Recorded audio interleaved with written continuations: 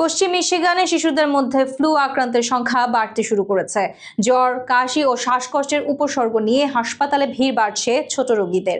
চিকিৎসকেরা অভিভাবকদের সতর্ক থেকে শিশুদের পরিচর্যার পরামর্শ দিচ্ছেন এবং ফ্লু ভ্যাকসিন নিতে গুরুত্ব দিচ্ছেন।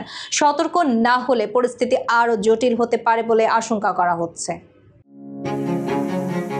পশ্চিম মিশিগানে শিশুদের মধ্যে ফ্লু আক্রান্তের সংখ্যা দ্রুত বাড়ছে বলে স্থানীয় চিকিৎসকেরা সতর্ক করেছেন। সাম্প্রতিক কয়েক সপ্তাহে হাসপাতাল ও ক্লিনিকগুলোতে জ্বর, কাশি, গলা ব্যথা ও শ্বাসকষ্ট নিয়ে আসা শিশুর সংখ্যা দৃশ্যমানভাবে বেড়েছে। বিশেষজ্ঞদের মতে আবহাওয়ার পরিবর্তন, স্কুলের সরাসরি ক্লাস এবং ঘন ঘন শিশু সংস্পর্শ ফ্লু ভাইরাস ছড়িয়ে পড়ার গতি বাড়িয়ে দিয়েছে। শিশুদের মধ্যে রোগ প্রতিরোধ ক্ষমতা তুলনামূলক কম হওয়ায় ফ্লুর উপসর্গগুলো অনেক সময় দ্রুত জটিল আকার ধারণ করতে পারে। চিকিৎসকরা বলেছেন, যেসব শিশুর পূর্ববর্তী শ্বাস প্রশ্বাসজনিত সমস্যা বা দীর্ঘমেয়াদী স্বাস্থ্য সমস্যা রয়েছে তাদের ক্ষেত্রে বাড়তি সতর্কতা প্রয়োজন।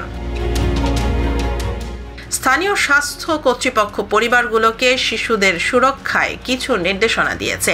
নিয়মিত হাত ধোয়া, জনসমাগমে মাস্ক ব্যবহার করা, পর্যাপ্ত পানি পান এবং অসুস্থতার লক্ষণ দেখা দিলে দ্রুত চিকিৎসকের পরামর্শ নেওয়া। পাশাপাশি শিশু ও পরিবারের সদস্যদের ফ্লু ভ্যাকসিন নেওয়ারও পরামর্শ দেওয়া হয়েছে। চিকিৎসকেরা মনে করেন, এখনই সতর্কতা না নিলে শীত মৌসুমে পরিস্থিতি আরও গুরুতর হতে পারে। তাই প্রয়োজন সচেতনতা, পরিচর্যা ও সময়মতো চিকিৎসা।